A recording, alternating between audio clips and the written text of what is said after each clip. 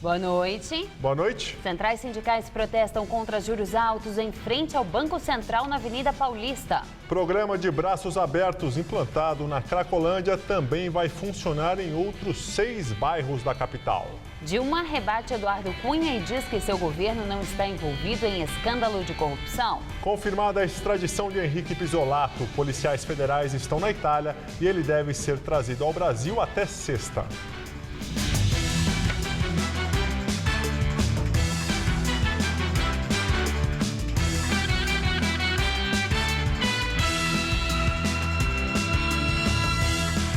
Um ato contra os juros altos foi organizado hoje por centrais sindicais na Avenida Paulista.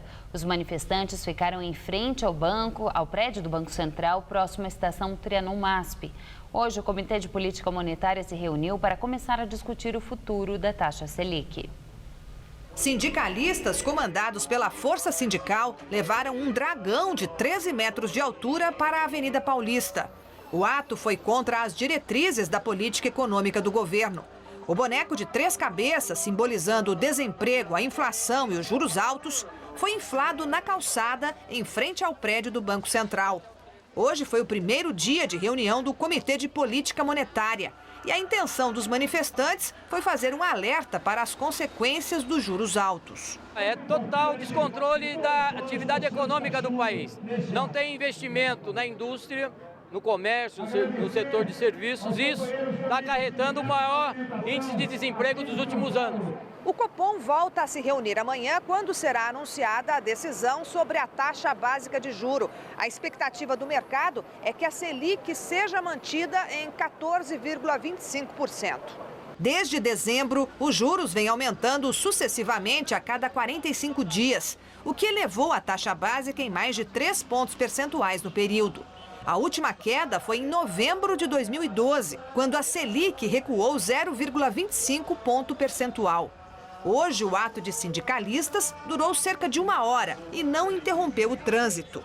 O último protesto na Avenida Paulista tinha sido na sexta-feira, quando manifestantes ligados à CUT e ao movimento de pequenos agricultores, que gritavam contra o frigorífico Friboi e a política econômica, invadiram o prédio da Fundação Casper Libero, onde fica a TV Gazeta.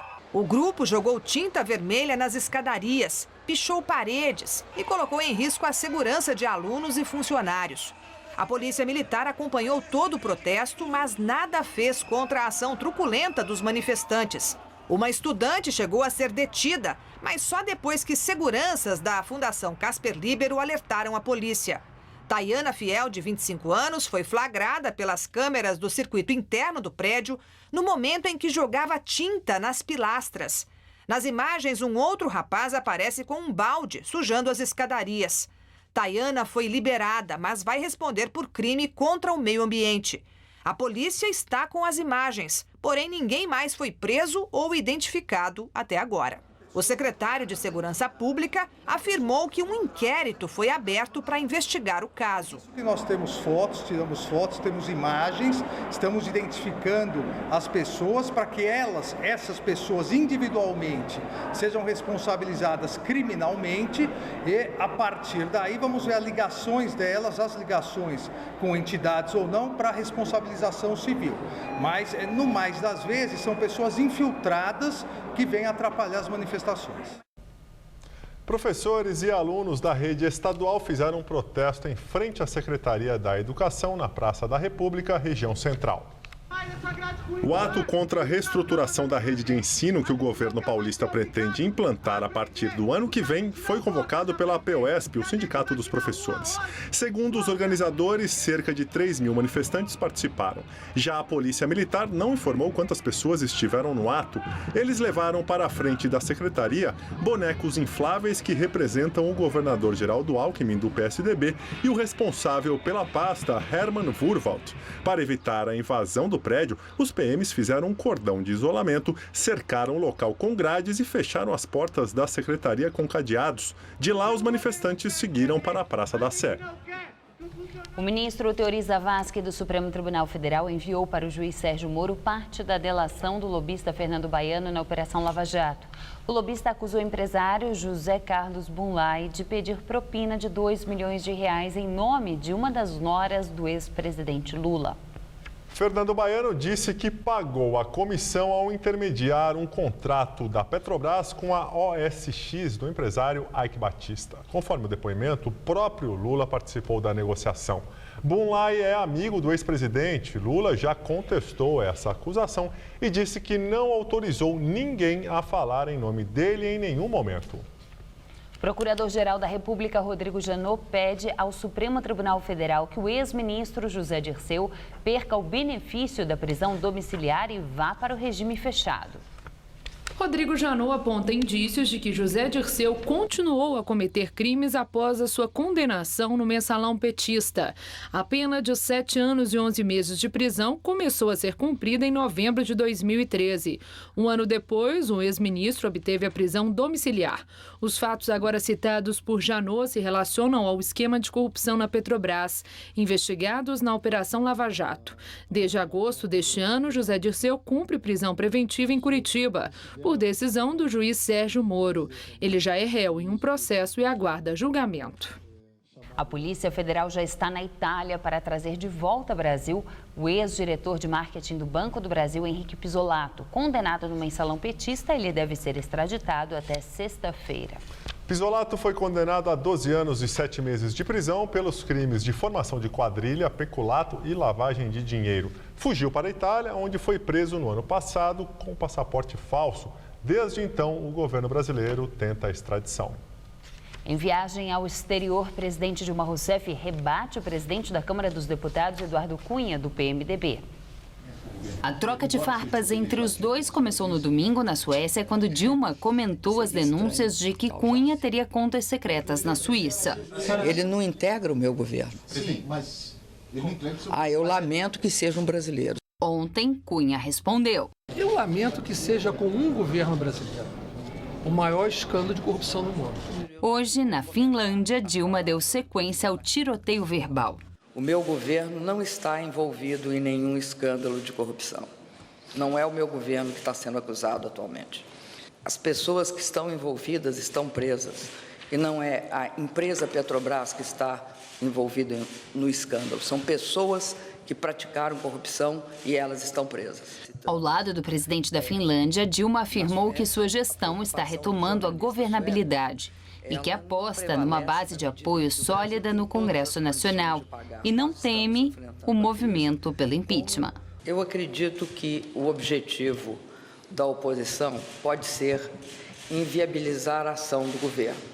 Mas a ação do governo não vai ser inviabilizada pela oposição, faça ela quantos pedidos de impeachment fizer. Em resposta, o presidente Eduardo Cunha ironizou e disse que não sabia que a Petrobras não fazia parte do governo.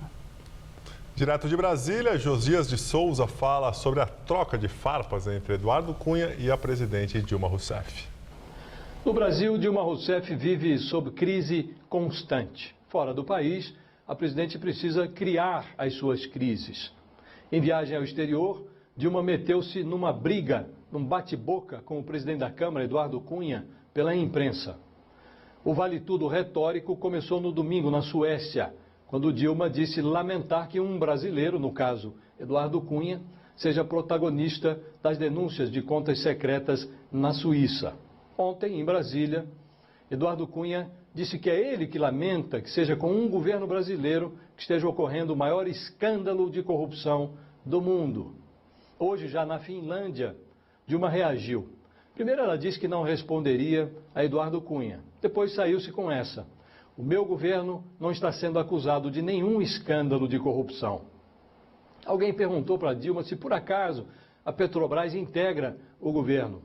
A presidente não se deu por achada. Ela disse que tampouco a Petrobras está envolvida em escândalo de corrupção. São pessoas que praticaram corrupção na Petrobras e essas pessoas estão presas, Dilma declarou. O presidente talvez não tenha se dado conta, mas entre os presos estão o ex-diretor Renato Duque, que representava o PT na pilhagem da Petrobras, O petista José Dirceu, que indicou Renato Duque, e o ex-tesoureiro João Vacari Neto, que drenou a propina da Petrobras para as arcas do partido de Dilma. De duas, uma, ou a presidente da República acha que essa gente toda desceu de Marte, ou Dilma, tendo fracassado como presidente da República, decidiu tentar a sorte como piada. Boa noite. O secretário de Segurança Urbana do município de São Paulo, Ítalo Miranda Júnior, foi exonerado do cargo pelo prefeito Fernando Haddad. A decisão foi publicada hoje no Diário Oficial. Além do secretário de Segurança Urbana, Ítalo Miranda Júnior, também foram afastados o secretário adjunto, Cláudio Scheffer Jimenez, e o chefe de gabinete, Fabiano Marques de Paula. As demissões chegam após uma série de desentendimentos internos. A gota d'água teria sido o decreto de sigilo por 5 anos nos dados da Guarda Civil Metropolitana, incluindo imagens de câmeras de monitoramento das ruas de São Paulo e informações da Central de Atendimento 153. O prefeito Fernando Haddad desfez a ordem, determinou que o sigilo só vai ocorrer quando houver alguma investigação em andamento.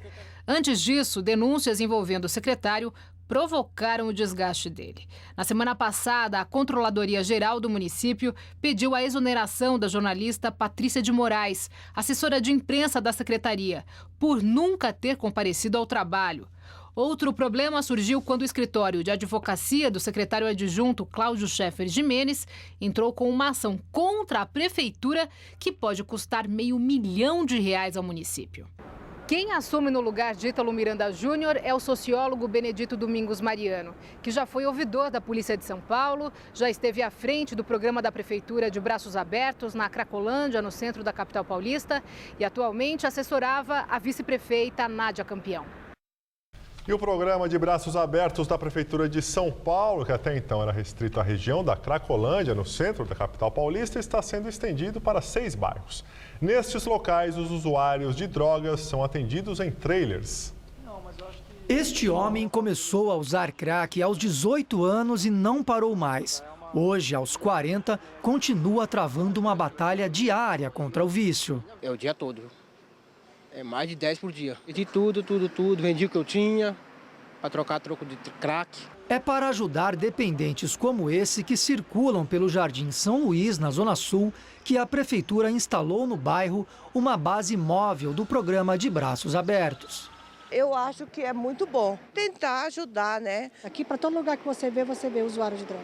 O Jornal da Gazeta tenta há uma semana a autorização para entrar nos trailers, mas a Secretaria de Desenvolvimento Social não autorizou a gravação e não deu mais detalhes sobre como funciona o serviço. A gente não tem como mostrar o trabalho de vocês? Não pode, não estamos autorizados. Ao todo, são 6 trailers como esse. O programa, anunciado em maio, deveria começar em junho, mas só foi colocado em prática agora. De acordo com a Prefeitura, esse atraso foi por causa da licitação dos veículos. A ideia também é que as equipes de assistentes sociais circulem pelas ruas do bairro, acompanhando o fluxo de dependentes químicos, já que os usuários de drogas não costumam ter endereço fixo.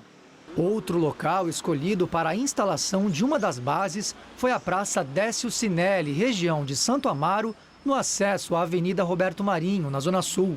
Não muito longe dali, mais uma foi montada em outra praça, perto do viaduto Jabaquara. Nossa equipe flagrou 2 homens consumindo droga em plena luz do dia e bem ao lado do trailer. Quem circula por aqui diz que a situação era ainda pior. Aqui antes era horrível, cheio de barraca. Todo dia aumentava a barraca, isso aumentava e era assim, esse horário principalmente, estava tudo louco aí. O problema é que esse perigo, é o perigo, né, que eles roubam para manter o vício deles. Há trailers também em Santana, na Zona Norte, na Lapa, Zona Oeste e na cidade Tiradentes, na Zona Leste, todas geridas por ONGs ligadas à Prefeitura. Já o investimento de R$6 milhões é fruto de um convênio com o governo federal. O que eu vejo é que tem salvação ainda, não eles têm de querer.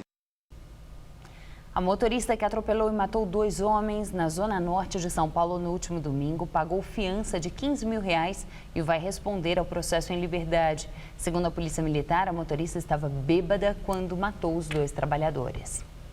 Juliana Cristina da Silva, de 28 anos, vai ter que entregar a carteira de habilitação e deve comparecer ao Fórum da Barra Funda a cada 2 meses. O acidente aconteceu na madrugada de domingo. José Ayrton e Raimundo Barbosa pintavam uma ciclofaixa em Santana, na Zona Norte, quando foram atropelados.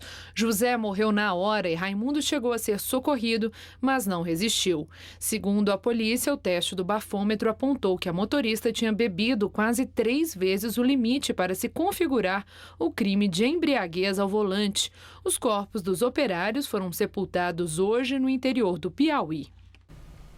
São Paulo teve mais um dia de muito calor. À tarde, aqui na capital paulista, fez mais de 36 graus e agora faz 30 graus. E segundo os meteorologistas, amanhã podemos ter a tarde mais quente do ano. Luciana Magalhães tem os detalhes da previsão para o estado. Uma frente fria que está sobre Santa Catarina pode influenciar o tempo aqui em São Paulo amanhã.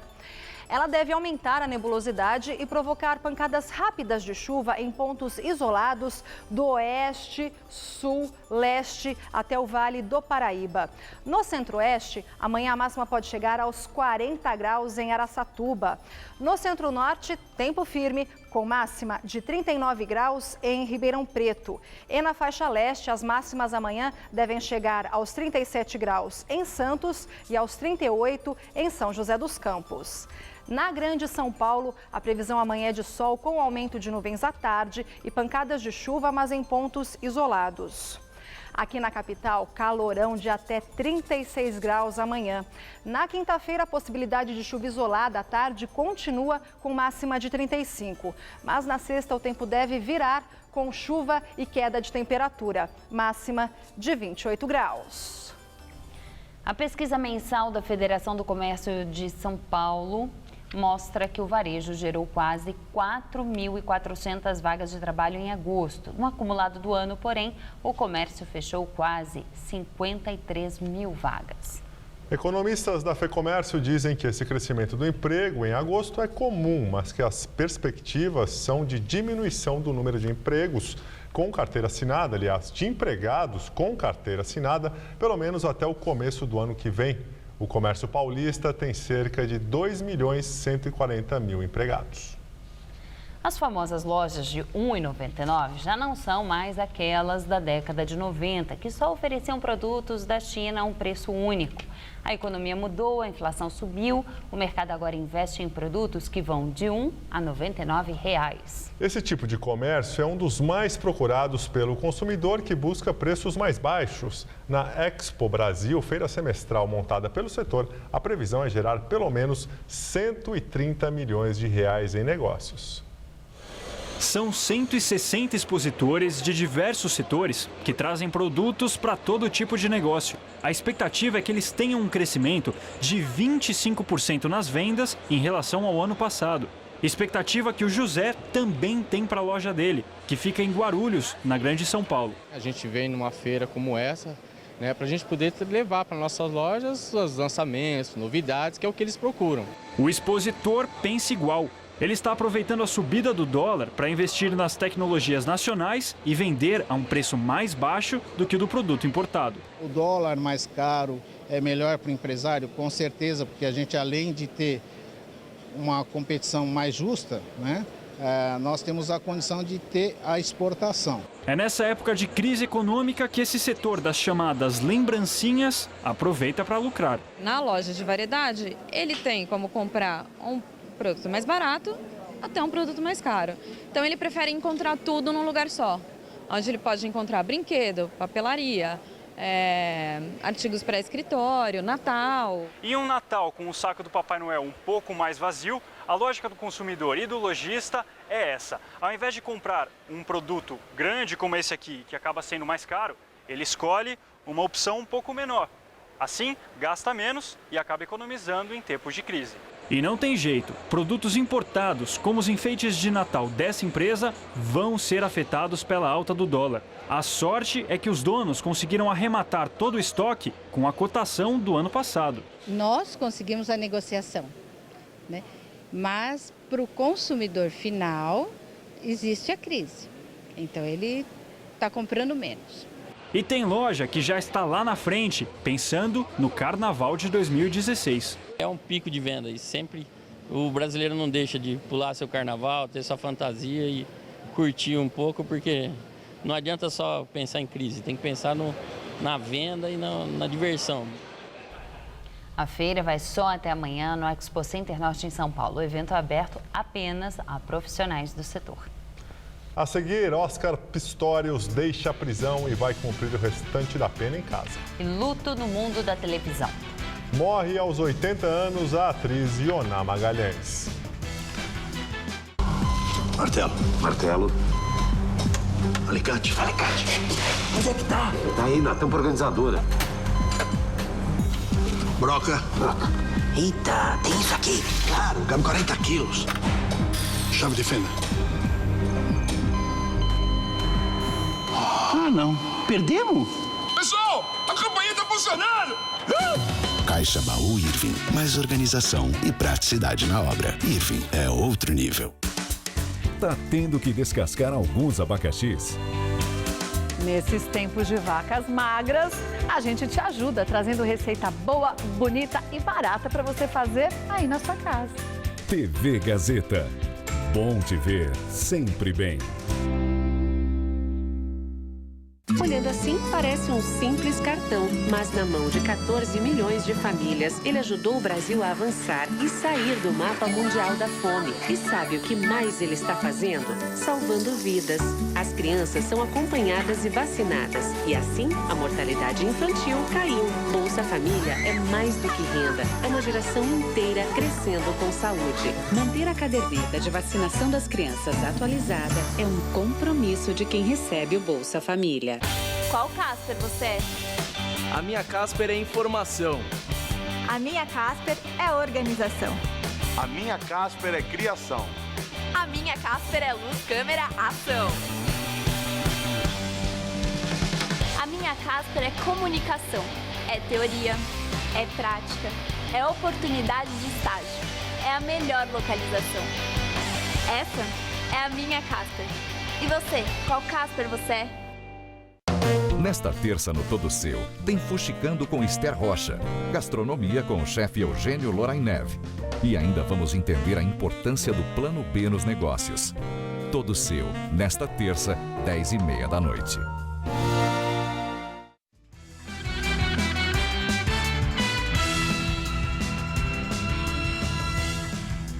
Atleta paraolímpico sul-africano Oscar Pistorius deixa a prisão depois de 1 ano e vai cumprir o restante da pena em sua mansão. Oscar Pistorius deixou a prisão de Pretória um dia antes do previsto e vai cumprir em casa mais 4 anos de pena. Ele vai receber acompanhamento psicoterápico e não pode ter armas. A lei sul-africana permite que condenados por homicídio culposo fiquem em prisão domiciliar depois de cumprirem 1/6 da pena em uma penitenciária. Oscar Pistorius foi condenado a 5 anos de detenção pelo homicídio da namorada Riva Steenkamp. O crime aconteceu em fevereiro de 2013. O brasileiro que morreu num voo entre Portugal e a Irlanda tinha ingerido cerca de 800 gramas de cocaína. A autópsia revelou que a droga estava distribuída em 80 cápsulas e uma delas arrebentou. John Kennedy dos Santos Gurjão, de 24 anos, era da cidade de Calçoene, no Amapá. Durante o voo, ele ficou agressivo, mordeu um passageiro e foi dominado pela tripulação. Ele teve convulsões e foi socorrido a bordo por um médico e 2 enfermeiras. A morte foi declarada dentro do avião da companhia Aer Lingus, no aeroporto da cidade irlandesa de Cork. A Agência da ONU para Refugiados estima que mais de 500 mil de pessoas chegaram à Grécia por mar este ano. O fluxo não para de aumentar apesar da aproximação do inverno. Os imigrantes continuam seguindo da Grécia para os Balcãs. As restrições à passagem e a falta de acordo entre os países deixaram milhares de pessoas retidas nas diferentes fronteiras. A Eslovênia decidiu mobilizar o exército para lidar com a crise. O fluxo nos últimos 3 dias superou toda a capacidade de recepção. Apenas ontem chegaram 8.000 refugiados vindos da Croácia. Soldados escoltaram 2.000 pessoas até o centro de registro. Elas vão ser encaminhadas para a Áustria.